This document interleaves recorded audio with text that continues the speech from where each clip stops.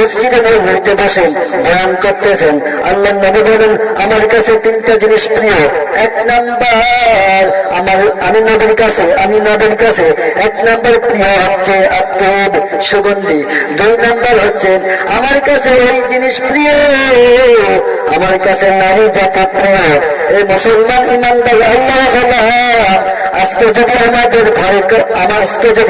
ঘরে কোন সন্তান হয় তাহলে মুখটা কেমন যেন কালো হয়ে যায়। মুসলমান মুখটা কালো করবে না, কারণ আমার আল্লাহ বলেন ওয়াইদা বুশরা আহাদুহুম বিল উনসা যাল্লা ওয়াজহুহু মুসওয়াদান ওয়া হুয়া কাযীব।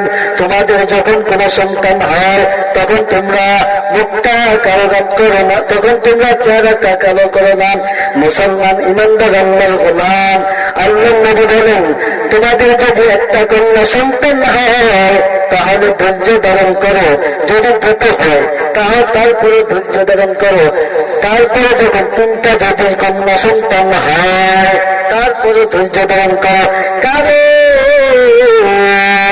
এই তিনটা সন্তানকে যদি আল্লাহর নবী বলেন এই তিনটা সন্তানকে যদি তুমি উচ্চ শিক্ষিত করার পর শিক্ষা দেওয়ার পর যদি উপযুক্ত কোন স্বামীর হাতে তুলে দাও কাল হাসরের মাঠে তোমার উপর জাহান্নাম ওয়াজিব।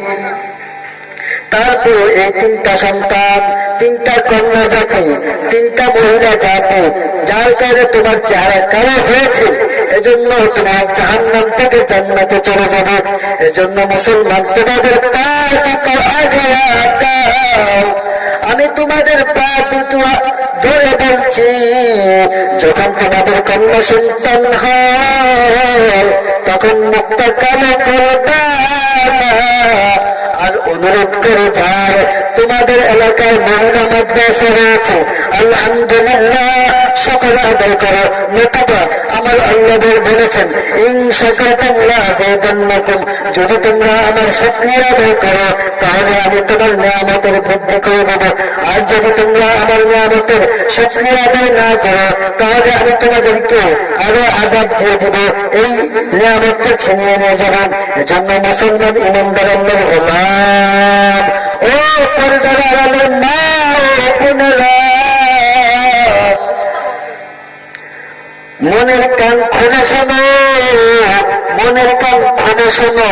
একটা সন্তান হলো খাদিজাতুল কুবরা রাদিয়াল্লাহু তাআলা আনহা মহিলা মাদ্রাসায় ভর্তি করো।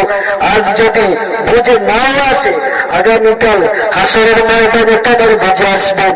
এজন্য মুসলমান ইমানদার আল্লাহর গোলাম, পর্দা করে পর্দা। আল্লাহর নবী সাল্লাল্লাহু আলাইহি ওয়াসাল্লামের কাছে তিন নাম্বার হচ্ছে নামাজের মধ্যে